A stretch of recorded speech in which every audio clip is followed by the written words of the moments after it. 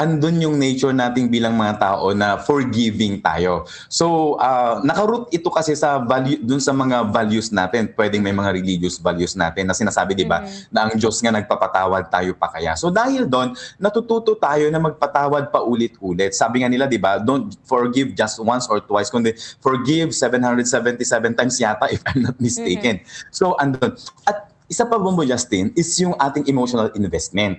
So kapag invested tayo sa isang tao, alam mo yung parang manghihinayang tayo doon sa mga pinagsamahan na natin, yung mga na-invest na natin dahil sa isang pagkakamali. That's why dyan papasok ngayon yung forgiveness or giving chances. And another one, Bombo Justin, is nandun pa rin yung hope.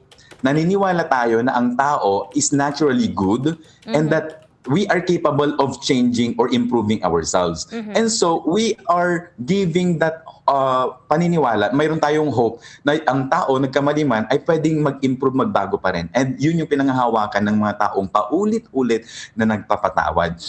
Pero, mo Justin, ito yung twist naman. There is also another condition kung saan yung tao ay nagiging dependent na masyado doon sa ibang tao.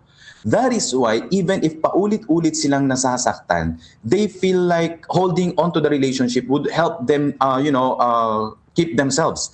Na kapag nawala tong taong ito, paano na ako? Para kayo yung kanta nila, Bombo Justin, ganito. Paano kung wala ka na? Di ba? Paano ba ang mag-isa?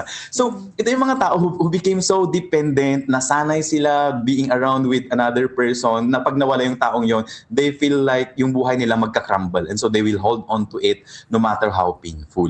Depende kasi yan, Bombo Justin, sa values din ng tao.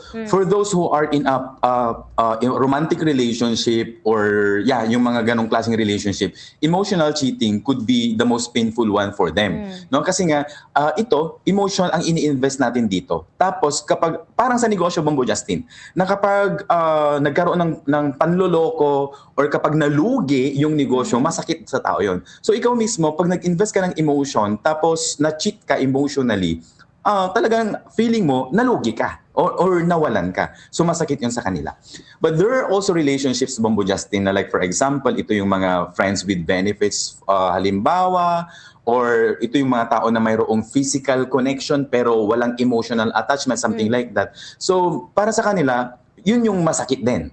So depende kasi sa ating ano. But for people who have a very traditional value about cheating, even yung micro-cheating, maliliit na pagsisinungaling or pagtatakip ng katotohanan, something like that, pwedeng malaki na yung impact nun para sa kanila. So it always go back doon sa ano ba yung value or ano yung pinapahalagahan ng isang tao. Mayroon tayong, again, dalawang side dyan. Pwedeng yung love language ng isang tao ay ito, pagbibigay. Pero iba rin yung ini-expect ko na balik sa akin. No? Yung in-expect kong love language from my partner. Pwedeng magkaiba kasi yon. So, ngayon, paano natin malalaman yung preferred ng partner natin kung paano ipakita na mahal mo siya? So, ang sagot dito, Bombo Justin, is yung pagiging sensitive natin. Sensitivity. Ibig sabihin, kailangan marunong tayong mag-observe, marunong tayong, alam yun, read between the lines. Na, halimbawa, dun sa mga ginagawa natin, yung pagsasabi mo ng, I love you, or kumain ka na ba, or nagbigay ka, or hinag mo siya, saan doon yung consistent siya na nagpapakita ng positive reaction. No? So, pwedeng nandun kasi yung expected expression of love niya. Okay? Parang sa akin, Bombo Justin, no? Ako, yung love language ko, how I show my love is through giving. Pero, para sa akin, hindi ko ina-expect yung other people to give back sa akin. Kasi hindi yun yung ina-expect kong expression ng love language, kundi appreciation. No, appreciation, ito yung bubula-bulahin mo lang din ako, parang gano'n. So so yung love language ko, how I express my love is different from how I expect love to be expressed sa akin. So nag-uumpisa yan, no, without asking, doon sa keen observation. Obserbahan mo yung tao kung ano yung mas na-appreciate niya doon sa mga ginagawa mo or sinasabi mo. Or, Bombo Justin, mahirap din kasi kung minsan ang magbasa ng behavior ng ibang tao. So, if you are in a good tawag dito, place and time naman to ask, you can openly discuss these matters na pwedeng, love, I appreciate yung binigay mo, pero you know what, mas na-appreciate ko kahit wala kang bigay basta niyayakap mo ako. Something like that, Mambo Justin. So you can openly discuss these matters. Importante para magtagal ang isang relationship, yung compatibility na sinasabi po natin.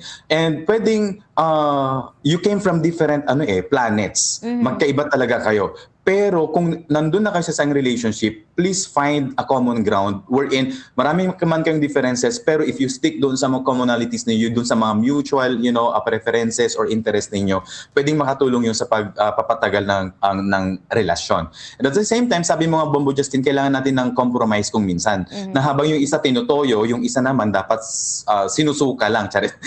Oo. So, kailangan nating sayawan yung bawat isa. Sabi niya nila, it takes two to tango. And Bombo Justin, since Valentine's ngayon, gusto ko lang din i-break yung stigma na para lang to sa mga magjojowa. Yes. Kasi habang masaya yung mga magjojowa, paano naman yung mga single? So, kaya nakikita natin may mga bitter na post, na mga ganon. So, tandaan natin, ang Valentine's Day ay hindi lang sa may mga relasyon, kundi lahat. Sabi nga natin, Valentine's Day, araw ng mga puso. So, single ka man, bitter ka man, marami ka mang partners, may puso ka pa din. So, ang araw na ito ay para sa lahat. So, let's enjoy this day, Bombo Justin. And happy Valentine's sa inyo dyan sa Bombo Radyo.